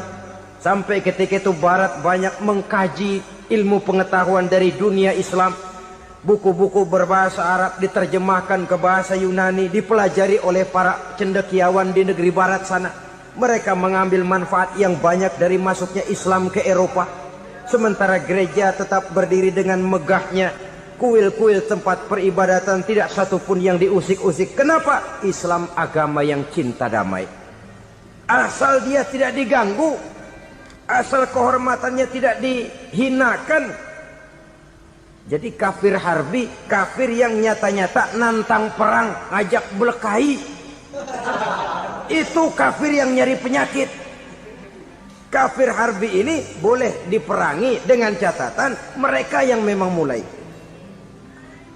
Yang kedua, kafir zimmi.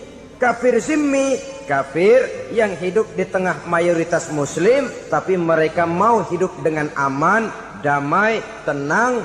Mereka wajib dilindungi.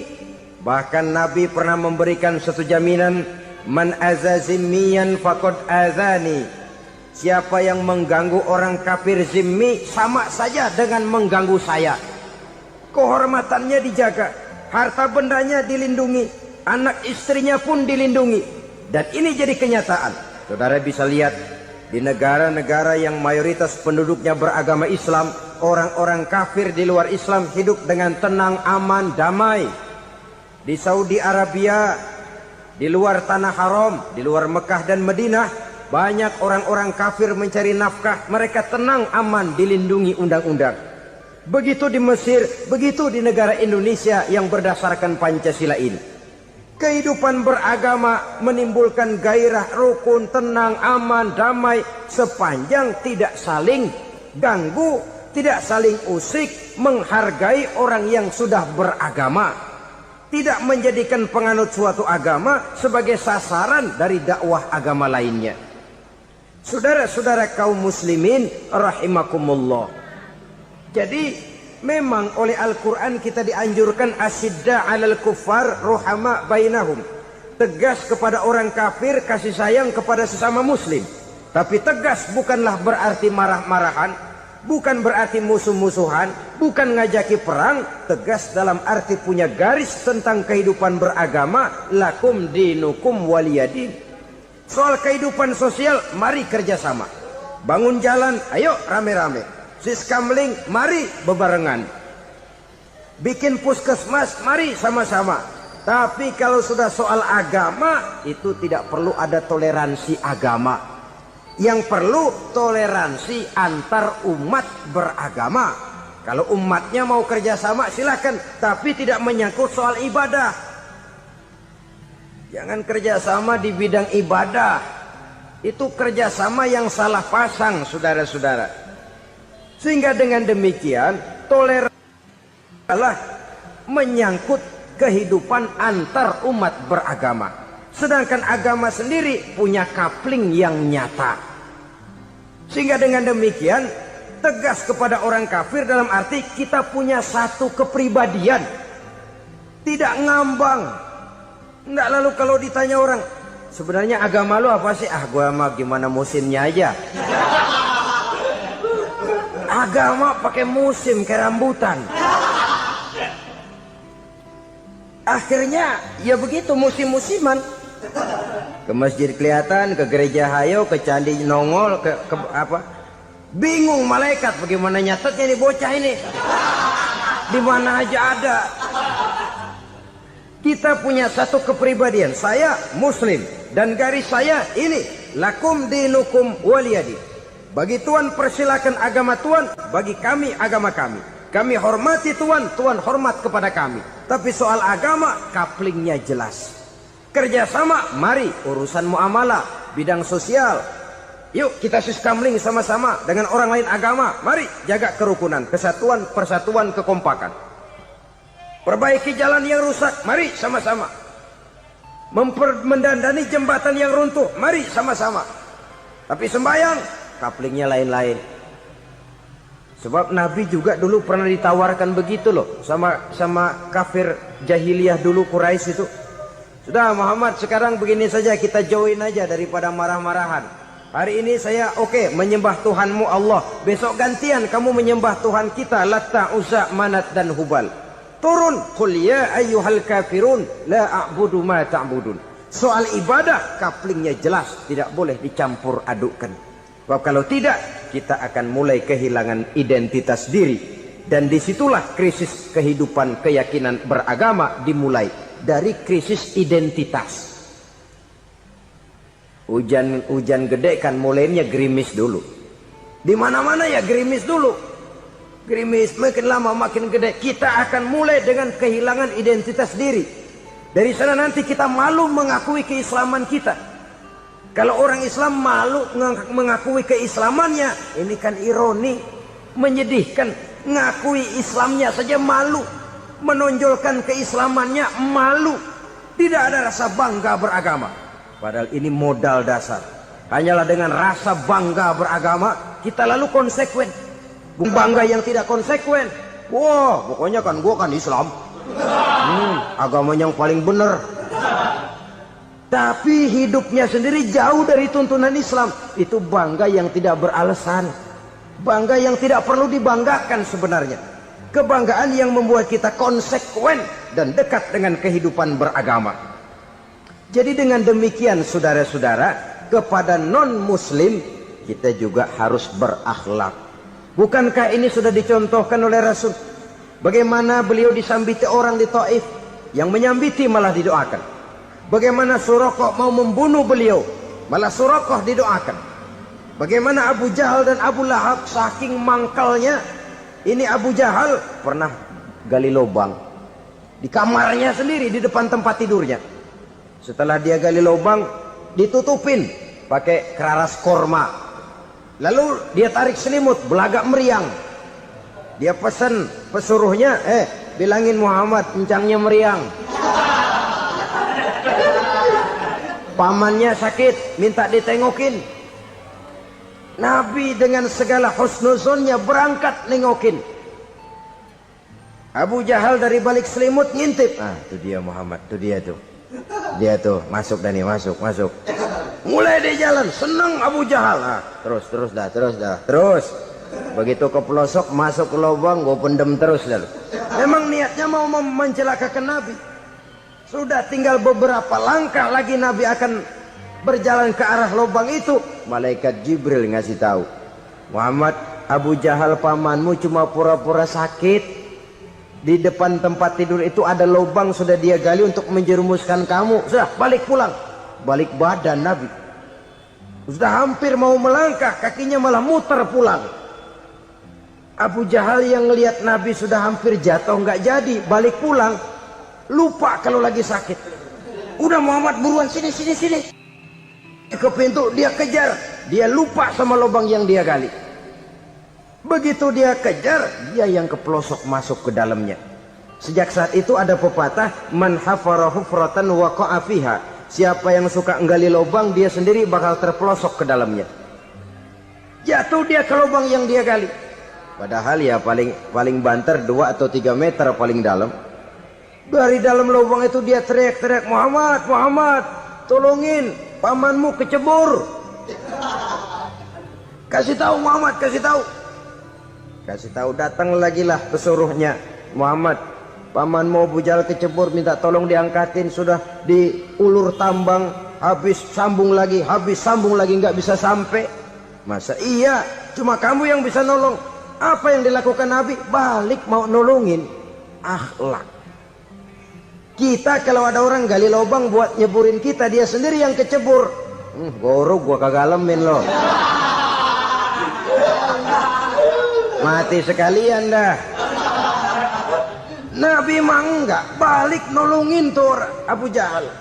Kenapa paman kecebur? Iya Muhammad, tolong, tambang udah diulur-ulur, sambung-sambung nggak sampai. Aduh kasihan paman, nih pegang tangan saya. Nabi cuma ulurin tangan, nyampe dipegang oleh Abu Jahal. Diangkat ke atas. Nyampe atas, apa kata Abu Jahal? Tambang bergulung-gulung nggak nyampe, kamu cuma pakai tangan doang kok bisa Muhammad, hebat banget sihirmu. Mukjizat dia bilang sihir, udah ditolongin nyelak lagi, kan yang enak kita injak palanya. Orang dulu bilang wah katanya nolongin anjing kejepit. Udah selesai ditolongin malah yang nolong digigit.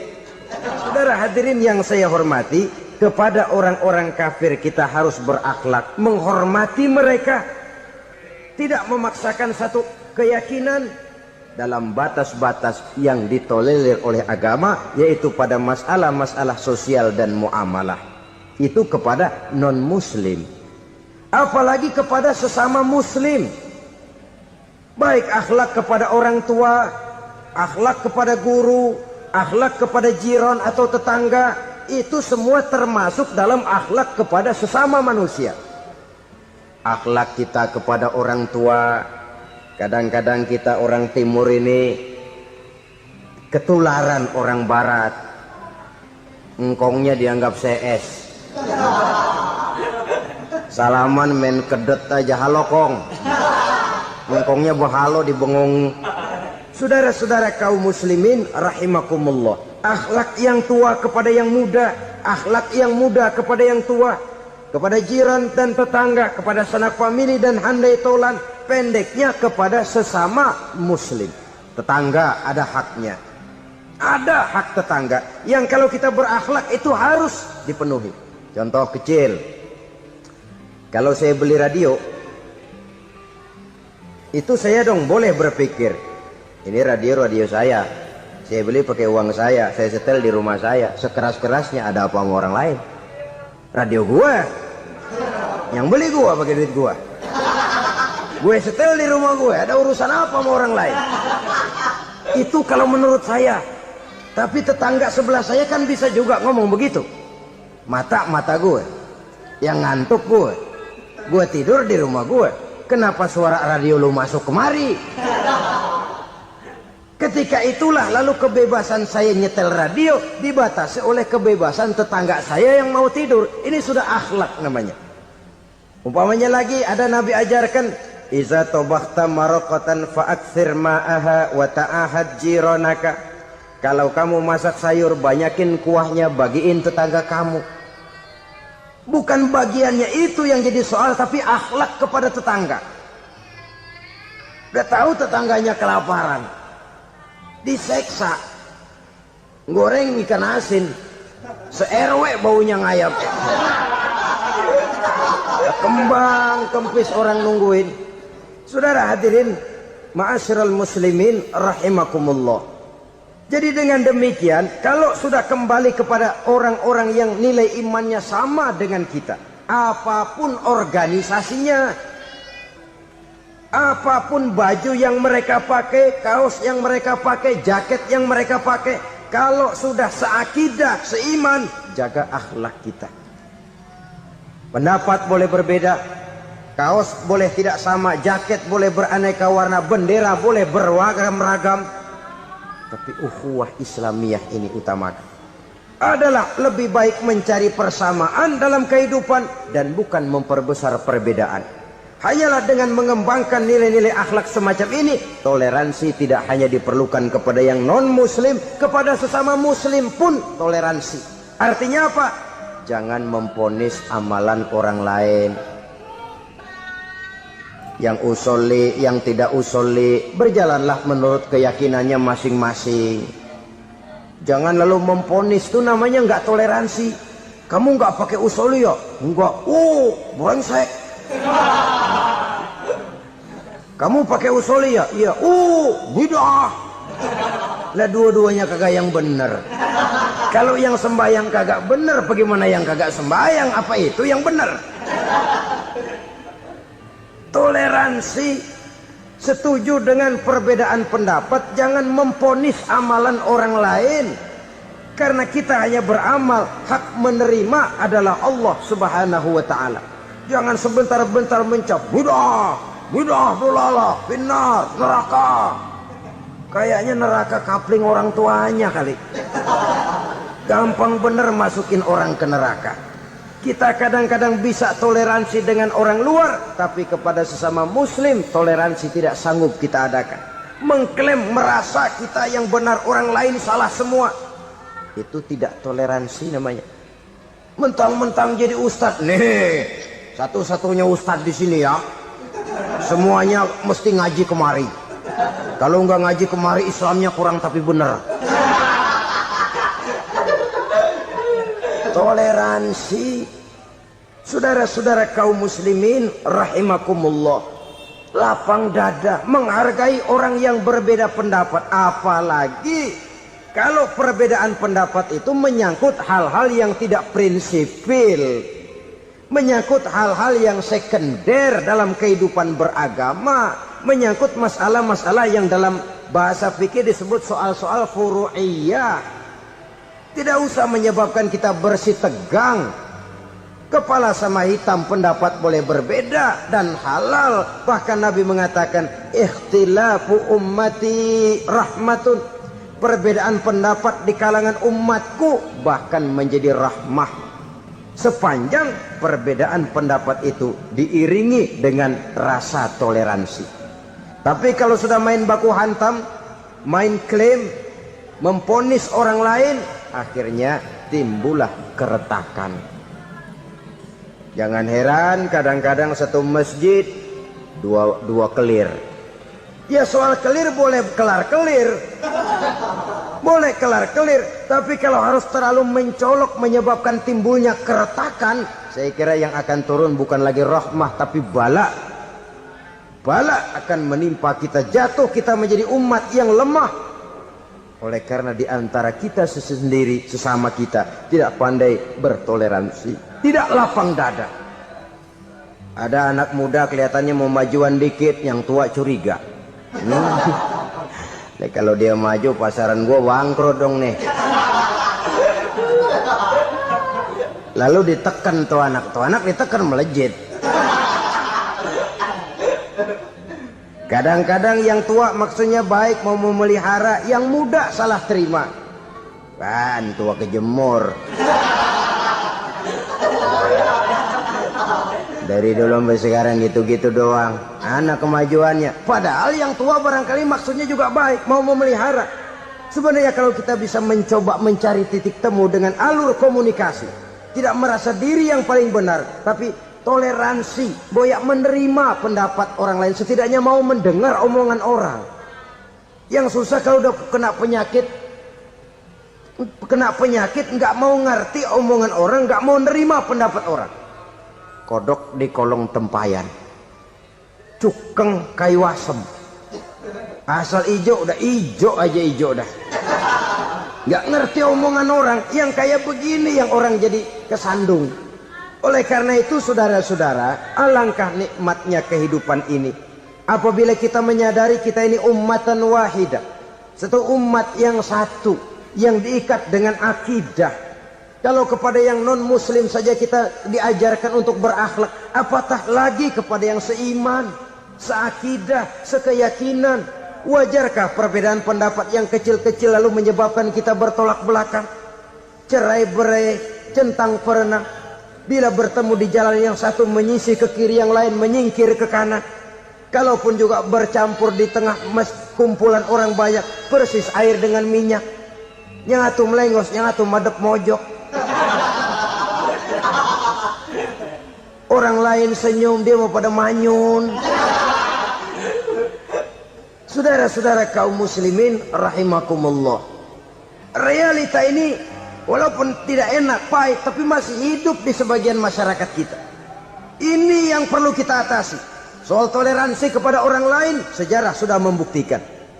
Mari kita jangan cuma bisa mengajak orang lain, umat lain untuk bertoleransi dengan kita, tapi kepada sesama kita, toleransi ini perlu kita tegakkan, perlu kita bina. Terutama di dalam kita menuju bentuk ideal daripada konsep ukhuwah Islamiyah ini, yang memang selalu kita akan cari bentuk-bentuk idealnya sejalan dengan perkembangan situasi dan kondisi yang dihadapi oleh umat. Perbedaan organisasi, perbedaan kepentingan organisasi tidak seharusnya menyebabkan kita merasa meremehkan orang lain dan mengangkat diri, mengklaim diri sebagai yang ter. Jadi dengan demikian, apabila yang pertama tadi akhlak kepada Allah dinamakan hablum minallah, maka yang kedua ini merupakan hablum minan nas. Jikalau baik akhlak kita kepada Allah, baik akhlak kita kepada manusia, nikmat rasanya menjalani kehidupan. Kadang-kadang orang akhlaknya kepada manusia baik, tapi kepada Allah tidak baik. Hormat sama yang tua, menyayangi yang muda, sama tetangga rukun, tapi sama Tuhan nggak mau sujud.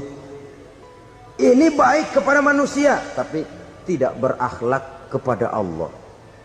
Atau sebaliknya, sujudnya sama Allah mah tekun, bener khusyuk, bahasanya juga fasih, luar biasa. Tapi sama manusia sombong, takabur, ujub, merasanya dia doang yang paling benar. Sebab iblis itu ya, itu kadang-kadang datang lewat hati, dan memang selalu markasnya di situ. Kalau dia tidak bisa menggoda kita dengan yang lain, dia tumbuhkan sifat ujub. Dia bisikin, wah emang di kampung ini yang paling banyak ibadahnya ente, yang lain mana, lihat tuh kerocok semua.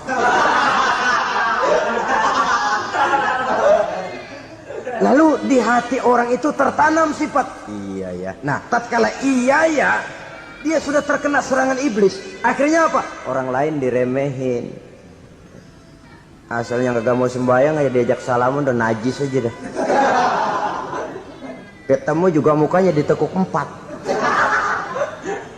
Akhirnya bukan ngajak malah ngenyek, ngina. Lah orang dihina makin jauh, makin tidak tersentuh.